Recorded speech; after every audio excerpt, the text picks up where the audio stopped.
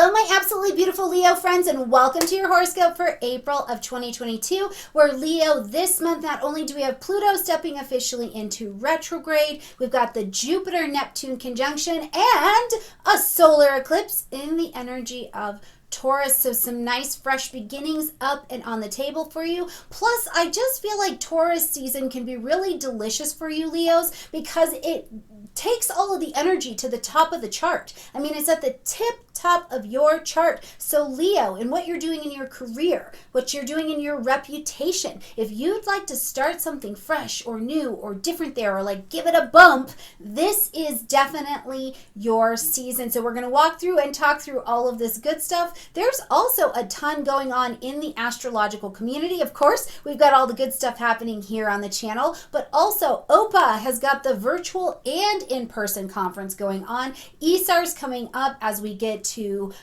August. We've got NORWAC also happening in May. So there's lots of astrological happenings. If you're looking to study, you want to advance, whatever it looks like for you in the realm of astrology, there's definitely opportunities to dig in. Check the description box underneath this video to find out all about those astro opportunities. But also, if you're wondering if this is the video for you to be listening to, check it out. I answer all of that in the description box down below. All right, Leo, let's get in here and see what is going on in the cosmos for April. Right at the beginning of the month, Leo, we're coming in hot. We've got a new moon happening in fellow fire energy of Aries. Now, this moon is going to be happening at 11 degrees of Aries, lighting up your ninth house space. Publishing, marketing, broadcasting, foreign, travel, legal things, training, anything you wanted to do in higher education or things that advance you or broaden your horizons in some way. Immigration things would also fall into this area, Leo. So if that's something that's on your table, you want to understand that we've got a new moon happening here. Do you need to finish some paperwork? The world stage is crazy right now, but do you need to get paperwork in? Are you ready to move to that advanced training in some way? Are you studying a foreign language? Whatever it is, plant your seeds of intention to begin, Aries, usher in, warrior in, gardener in something different. Because remember, Aries is not just the warrior fighter, it's also that sacred gardener, really encouraging things to grow. So what would you like to grow here over this next 4 weeks? Now, as we get to the 5th, we're going to see Venus stepping into the energy of Pisces, joining both Neptune and Jupiter, who are soon to conjoin. As Venus comes into Pisces, lighting up your 8th house space, Venus is a magnetizing energy, right? Venus actually doesn't want you to go out there and hustle your bustle. Venus is like, no, let it come to me. Let it come to me. So I want you to practice this principle this month. In your 8th house, intimacy, sex, your reproductive system, death, taxes, insurance, healing, counseling, astrology. Where do you need to take the chokehold off of what you've been doing in these areas and let it come to you? Let the universe do the heavy lifting. If you want collaboration, let the universe bring it in that vibration of Pisces. Embrace the surrender to win, okay? But also Venus here, Venus is about that money. So you could see money coming to you in this particular direction, but sometimes the fingertips of Pisces can be a little bit slippery. So I wouldn't be surprised at all this month, Leo, if you do have to shell out a little bit more money, something that is maybe considered in a joint resource, okay? On the 10th, we see Mercury now move into the energy of Taurus, so the tip top of that chart. Now, Mercury in Taurus gets focused. We are focused. Mercury's not just whipping and zipping the way it normally gets to. Instead, it's focused, it's Taurus, it's grounded, so it's focused, it's deliberate. Sometimes your thinking can be stubborn when it's in the energy of Taurus. So what decisions or what conversations are you needing to have around your career? And if you're not working, I'm still talking to you. Your reputation, what you do in public, what we know you as, how you share your gifts with the world. What are you doing out there? Are you married and you're becoming single? Are you single, you're becoming married? What changes your title or your reputation in public that you maybe need to communicate, be specific about, and have some changes and make some decisions in this area? On the 12th, we see Jupiter and Neptune coming together for their conjunction. Now, we're not going to see these two bouncing on and off of each other this year. Instead, they're coming together, so this is our time. In the 8th house, Venus is here, Neptune, Jupiter. Anything you want is possible, especially if it is of service to this world, if it is of service to your fellow man. What is it that you want, Leo? What are you going for? What are you craving that you would like to have this connection come together in an 8th house, a very intimate way that creates change in your world, creates change in your life? You know, there's a satisfaction that will come with the changes that you're able to make here because they're based around an ideal that you would like to expand out into the world, right? Do you have creative talents that you want to share? What can you embrace about your own past, your own tragedies, your own traumas that actually, when given in the right context, can help someone else not suffer what you had to go through? This is a phenomenal energy for anything is possible. Now, I also think that under this energy, you can know that what you want is real or that you can get there, but you will be reality checked to make sure that you have the resources to make that thing happen, right? It would be great to have this wonderful collaboration or share your message or have this intimate connection in this way, but are you putting yourself out there, right? It would be great to have this happen, but do you have the financial resources to make that happen, right? You may get a little reality check as to not that your vision is wrong, but you need something to supplement how you can actually get it going and expand it out there. Now, you do get some help on the 14th because Mars moves into the energy of Pisces. And while Mars doesn't get to just be direct and like go fast and go at it the way it does in other signs, certainly when it's at home and in Aries, right?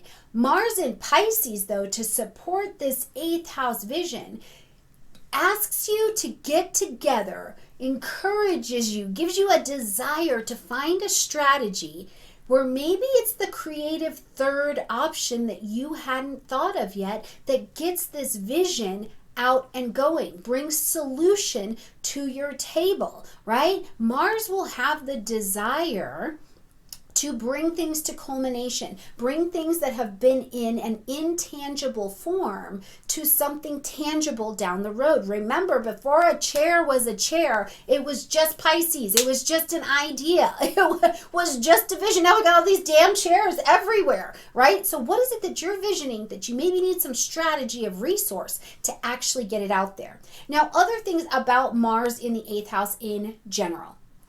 Pretty good for doing healing work. Pretty good for astrology, really good for practicing the art in your physical body of forgiveness to other people, and really good for going out to be of service to other people. Put their needs ahead of yours, see what you can do to make their day a little bit better, and in return, you're gifted a freedom that is really, really divine. As we get to the 16th, we're going to have a full moon at 26 degrees of Libra. Now, this is going to light up your 3rd house space, okay? A lot going on in the illumination, especially emotionally, of your thinking and advancement houses. Now, in the 3rd house, think learning, teaching, writing that book. So anything you're writing, contracts, buying, selling, the small mind, right? Things that we think in a smaller mind, not like university, like elementary school.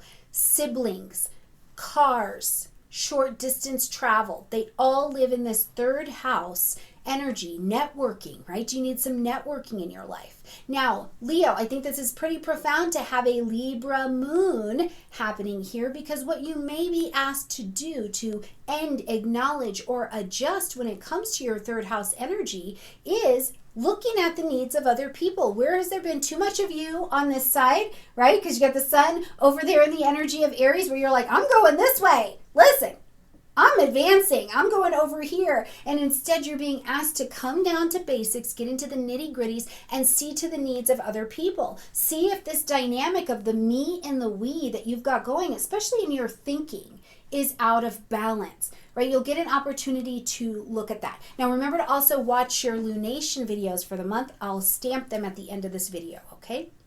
On the 19th, the sun now moves into the energy of Taurus. Light, heat, life, vitality. There is some movement. There is desire, and it's desire to be secure. Have security in your career. Have security around your finances. Have security around your food, the way that you nourish yourself. Have security around your possessions, a strong foundation underneath you. So as the sun is coming in here, definitely you could see opportunities for advancement in your work or in your title, right? Remember that title can change. You can go from single to married, right? All of these title changes are also available here. But during Taurus season, you will be motivated or are offered an energy of motivation to work.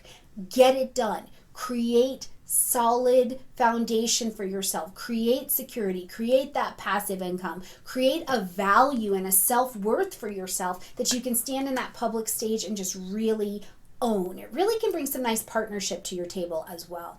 On the 29th, bit of a busy day.